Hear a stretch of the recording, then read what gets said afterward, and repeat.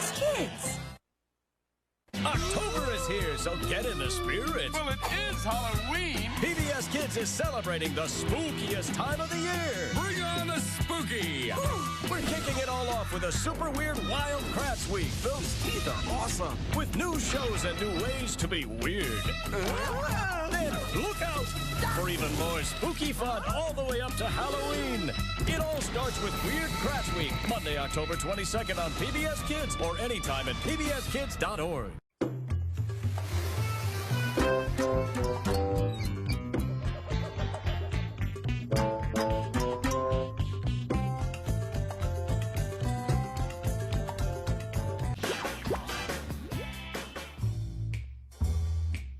Hi everyone, hola. Wow, what are you guys doing? We're trying to figure out who took this carrot. Un misterio, a mystery. Well, do you have any clues? Well, we found some fur. That's a good clue. I found these tiny muddy footprints. Look, they lead over there. Hey, look, this is Hooper's favorite book. I think I know who took the carrots. It was Hooper. Hi, guys. Great job. You solved the mystery. You were able to put together all of the clues to figure out who took the carrot. What is that sound?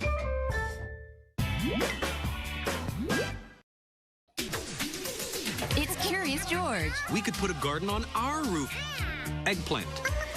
You don't plant eggs to get eggplant, George. It's Curious George. Weekdays on PBS Kids or watch anytime you want at pbskids.org. Something wild is coming to PBS Kids Go. Activate Creature Power Suit. Cutting-edge technology. A tech-savvy team. I am so ready to max out the creature power suit. Two brothers on a mission. Something tells me We're in real trouble. Protecting creatures of the world from danger. Wait, how do I plan? Oh, sort of. Wild Kratts. Weekdays only on PBS Kids Go. Want to hear some dynamite dino news? We want to hear it! Dinosaur Train is on weekdays. Really? You kidding? Yeah! Catch Dinosaur Train weekdays on PBS Kids or watch anytime you want at pbskids.org. Thomas and Friends, making tracks to great destinations.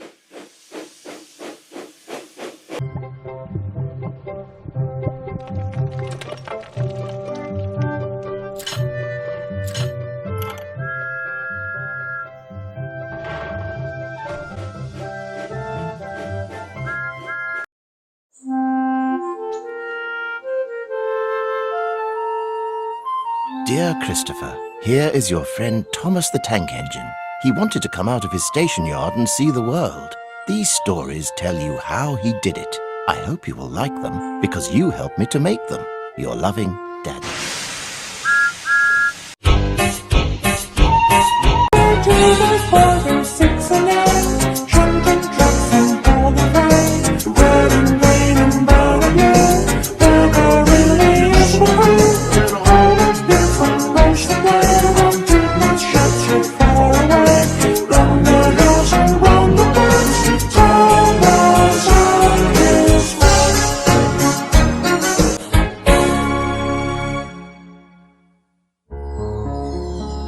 The island of Sodor is surrounded by beautiful blue sea. It has fields of green and sandy yellow beaches. There are rivers, streams, and lots of trees where the birds sing. There are windmills and a coal mine and docks where visitors to the island arrive. The island also has lots and lots of railway lines. Who's that puffing down the track? It's Thomas. Hello, Thomas. Hello, everybody. Welcome to the island of Sodor.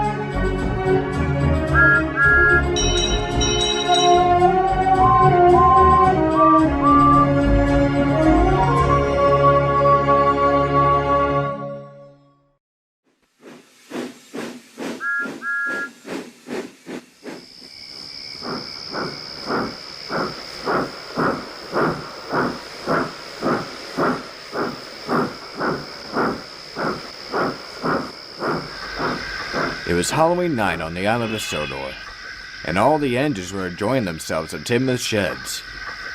They were chatting with each other and telling stories about ghosts. Poor Percy was frightened by some of Edward's stories, but his friend Thomas was there to cheer him up. But while all the engines were back at their sheds, Duck was taking a good string to Tinmouth. It was meant for an engine from the mainland, but he broke down on his way to Vickerstown, and the train got delayed. But things got worse. He was passing Kildane when a heedless signalman had forgotten to change the points. Duck was soon going down towards the scrapyards instead.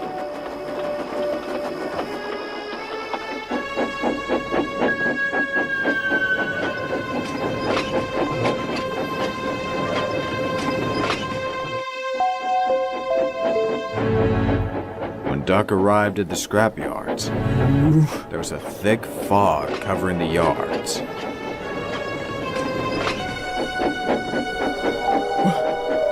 What? Everything seemed eerie. Duck could hear squeaks and many unsettling sounds from all over the place. And pieces of scrap create shapes that make Duck's firebox shiver.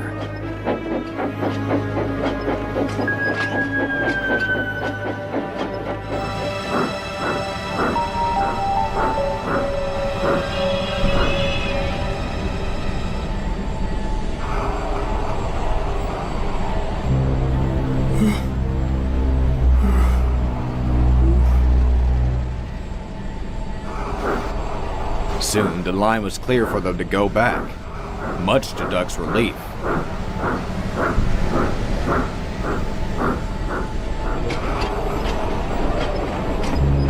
They soon reversed and puffed back to the junction.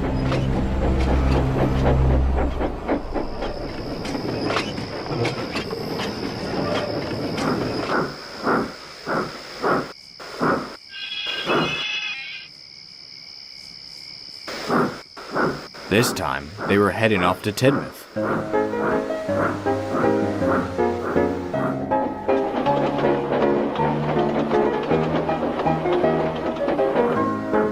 When they arrived, Duck left his trucks in the siding and stopped near the platform to take a breather.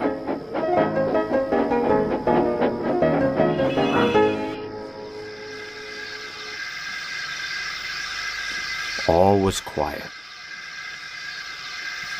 and only the owls could be heard. Up until Duck and his crew jolted as they started to hear a loud noise as if the station was full with passengers. The engine's eyes looked left and right, but no one was there, despite all the noise around him. Suddenly, they heard a box falling on the ground, and someone falling from the platform. Duck began to shake in fear as a woman began to scream, and a whistle sounded nearby. Duck was frozen as a faceless engine rocketed by.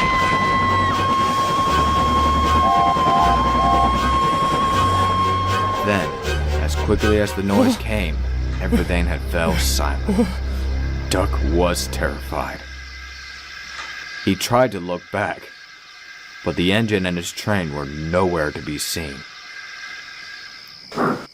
He and his crew wasted no time to get it out of the station and heading their way back to the sheds.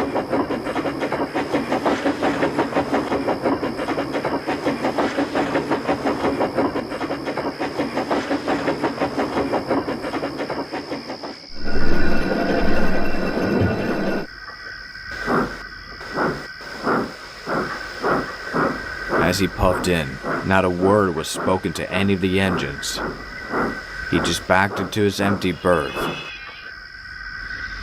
leaving the engines quite puzzled. All the engines would fall asleep, all except Duck. who could still hear the woman screaming on repeat, all in his boiler.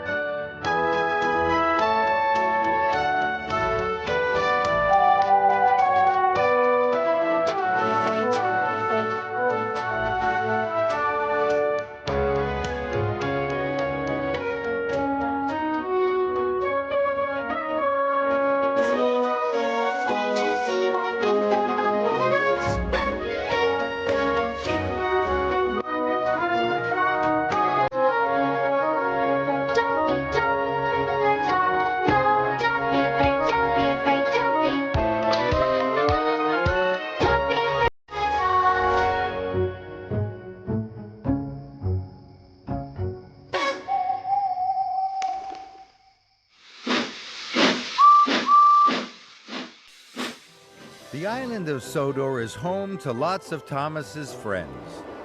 Friends on the rails, friends on the roads, and even some friends in the air. They are all very different, and each very special. And they are all Thomas's friends. Thomas knows Diesel very well. Thomas knows he can be tricky and very devious. So when Thomas has to work with Diesel, he has to watch out. One Halloween night, Sir Topham Hatt told Thomas and Diesel to collect flower cars from the mill. Diesel was delighted. Now he could play lots of tricks on Thomas. Boo! Oh! When they chuffed past the forest, Diesel made spooky noises. Ooh. When they huffed past an old mine, Diesel said he could hear a ghost engine.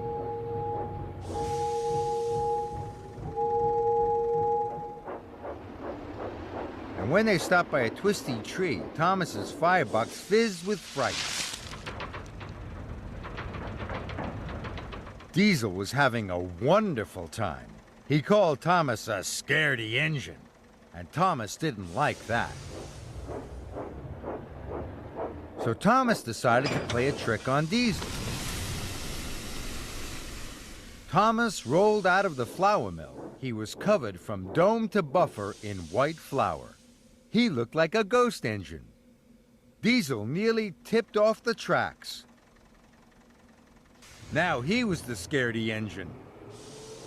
Thomas tried to tell Diesel he was only covered in flour, but Diesel had raced away. So Thomas finished the job alone. He delivered the flour to the bakers all by himself. Diesel was still trembling on the tracks, and that made Thomas smile. Diesel wasn't so scary now. Diesel is often cheeky and sometimes tricky. One day, Thomas was working with Mavis at the quarry. Diesel was up to his old tricks. He pushed Thomas under the stone hopper and called Thomas a stinky steamy. And he told Thomas that Sir Topham Hatt was going to scrap him. Thomas was upset. Then there was trouble. Salty had delivered fuel to all the Diesels, but the fuel was bad. It made them sick. Diesel was as green as a leaf. Sir Topham Hatt told Thomas he must collect new fuel from the docks. Thomas wanted to help his friends. He even wanted to help Diesel. So he raced to the rescue.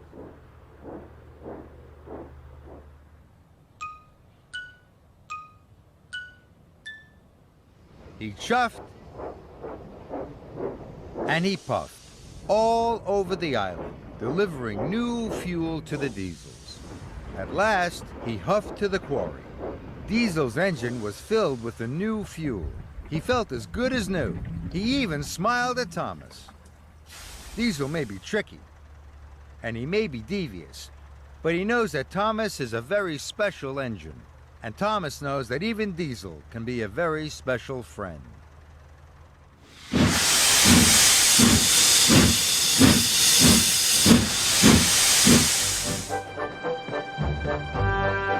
Steamies and Diesels are different, and sometimes that means they like different things.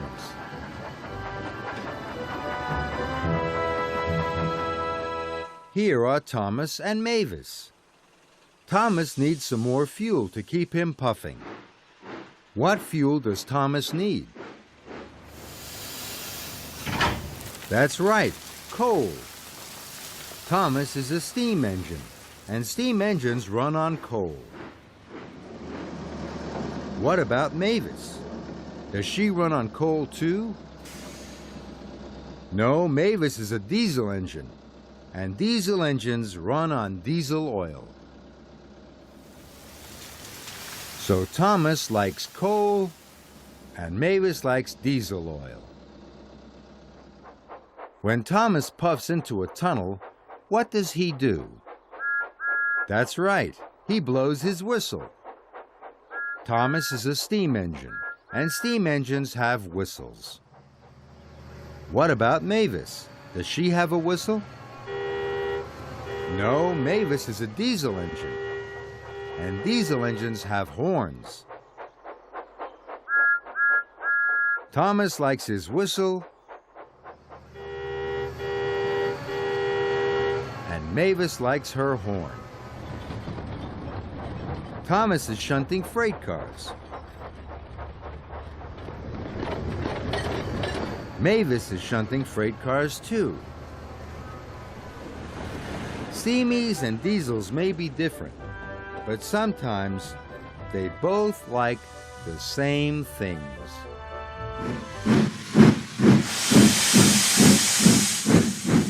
Toby is puffing along his branch line. Suddenly, he sees something. There's a strange-looking shadow in the field. Toby wonders what it is. Can you guess? This shadow is long and it has 4 long arms. The 4 long arms are going slowly round in a circle. Can you guess what it is? That's right. It's a windmill. There's another shadow on the side of Farmer McColl's barn. Toby wonders what it is. Can you guess? The shape at the top looks like a hat. And there are 2 arms that stick straight out. Can you guess what it is?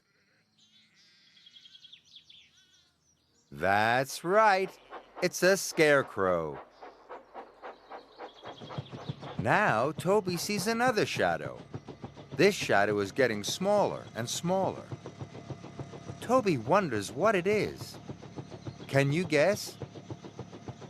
It's a round shape with something spinning at the top. Can you guess what it is? Of course, it's Harold the helicopter. Hello, Harold. Did you guess what all the shadows were? Toby did. Well done, everyone.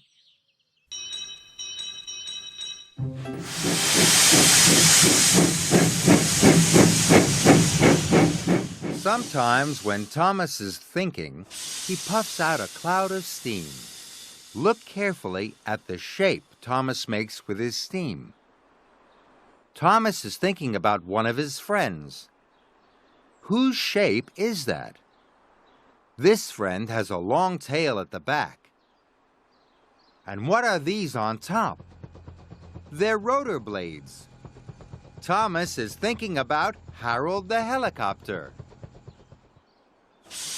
Now Thomas is thinking again. What shape is his steam making this time? Thomas is thinking about a person. Whose shape is that? They've got a round body, and they're wearing a kind of hat.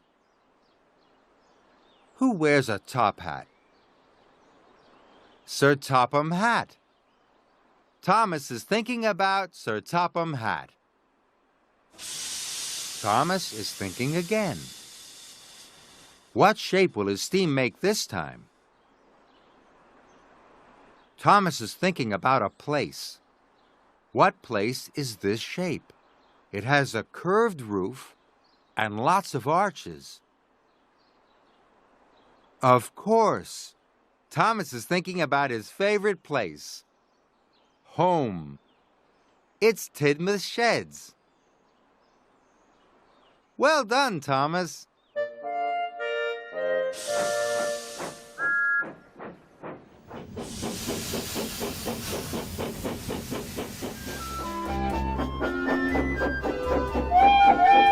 The railways on Sodor are a key part of the island's transport of both passengers and goods.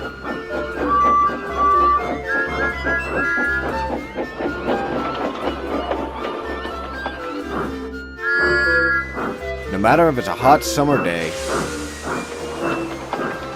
or a cold winter night, you can find engines chuffing down the track.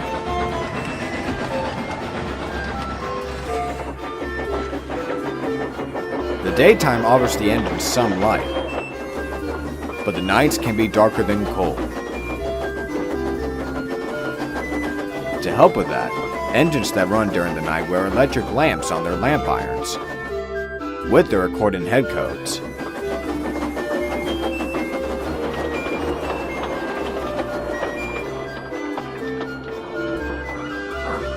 When it comes to engines like Henry, he wears two lamp irons, placed on the middle and right lamp iron. This is because he pulls the flying kipper, which is the perishable goods train. On the other buffer, Percy has only one lamp placed on his left lamp iron. This is because he pulls the mail train, which is a pickup goods train.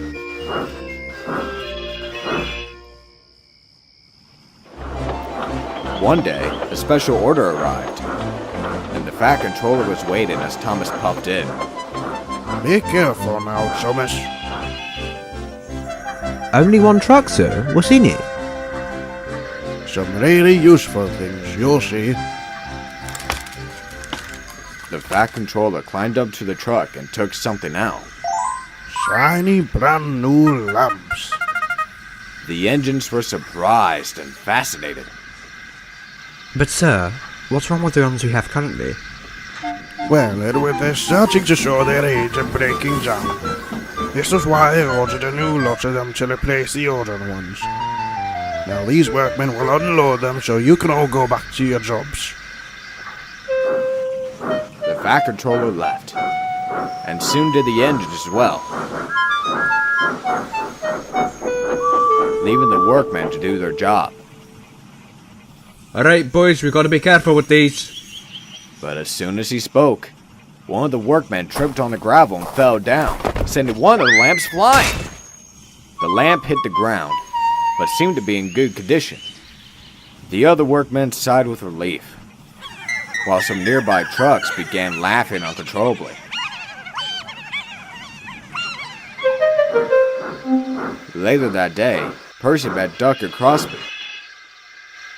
Oh, hello, Percy. How are you doing? I'm alright, Doc. Thank you. I'm just bringing some empty caravans to the market. Good. Remember to follow the Great Western Way. Of course, Doc. Oh, have you heard? There's a storm coming tonight. Oh dear. I hope it won't make delivering the mail harder. Don't worry. You always do a splendid job with it. The conversation was cut short as Doug Scar blew his whistle. Oh, sorry, but I gotta go. See ya, Percy. Thank you, and bye, Doc. But Percy was worried. Not about the storm itself, but about the mail possibly getting ruined by the rain.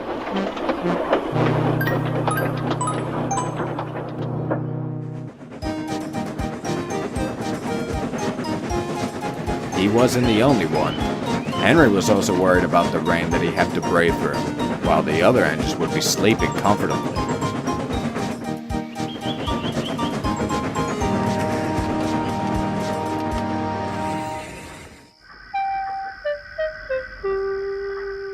When the night came, Henry was set up first with his 2 lamps before he departed for Nafford Harbor.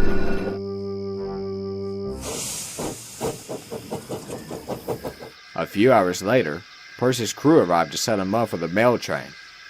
His driver put on his lamp, but unknown to both Percy and his crew, this had been the same lamp that the workmen had dropped earlier. The lamp had an open gasket, but nobody had noticed. It lighted up fine, and that's all they were concerned about. Alright, let's go, boy. Let's hope it doesn't rain too much tonight. Percy set off anxiously as he looked up to the cloudy night sky.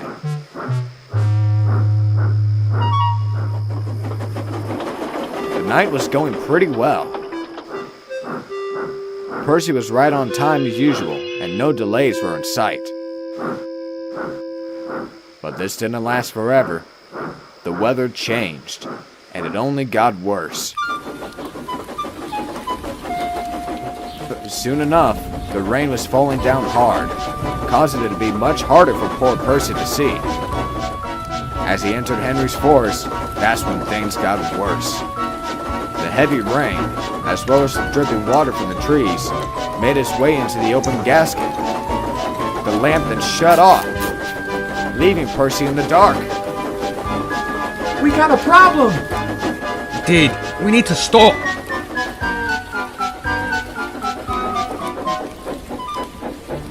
Percy and his crew slowed down as they braked to a halt.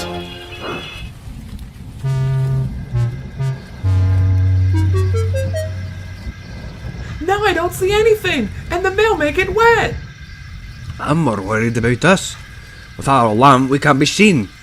Bother! We were so close to Kelsthorpe, too!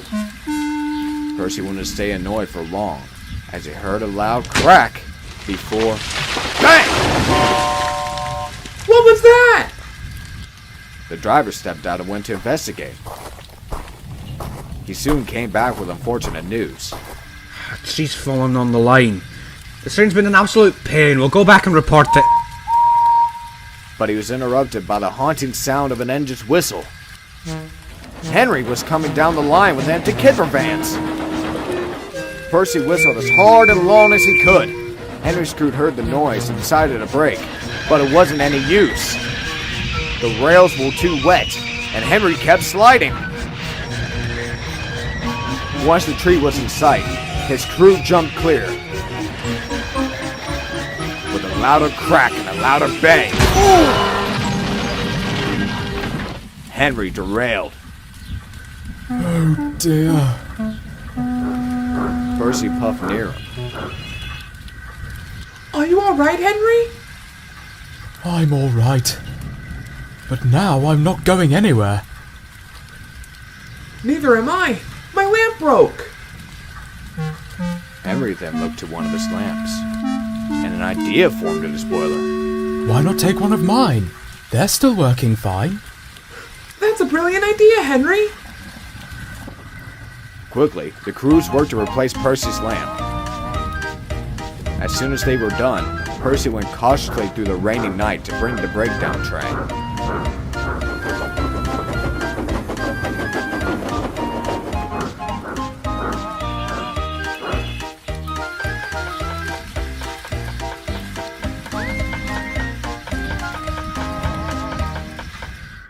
A few hours later, the tree was moved off the line, and Henry was back on the rails. By this point, the rain had finally stopped. Thank you, Percy. No, thank you, Henry. I would have been stranded without you. So would I. As the two engines puffed home, the sun began to rise over the horizon, much to the two engines' relief.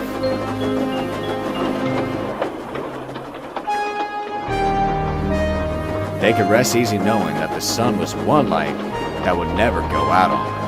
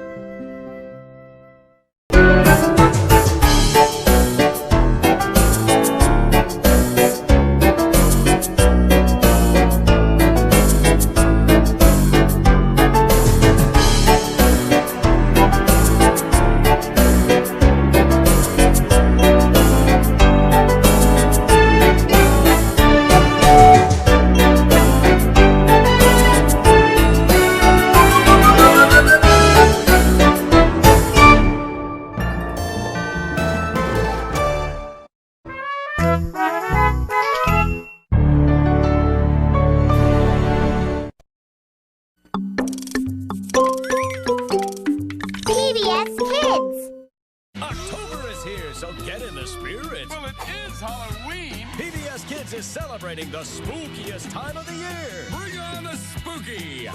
We're kicking it all off with a super weird Wild Kratts Week. Those teeth are awesome. With new shows and new ways to be weird. Then look out for even more spooky fun all the way up to Halloween. It all starts with Weird Kratts Week, Monday, October 22nd on PBS Kids or anytime at pbskids.org.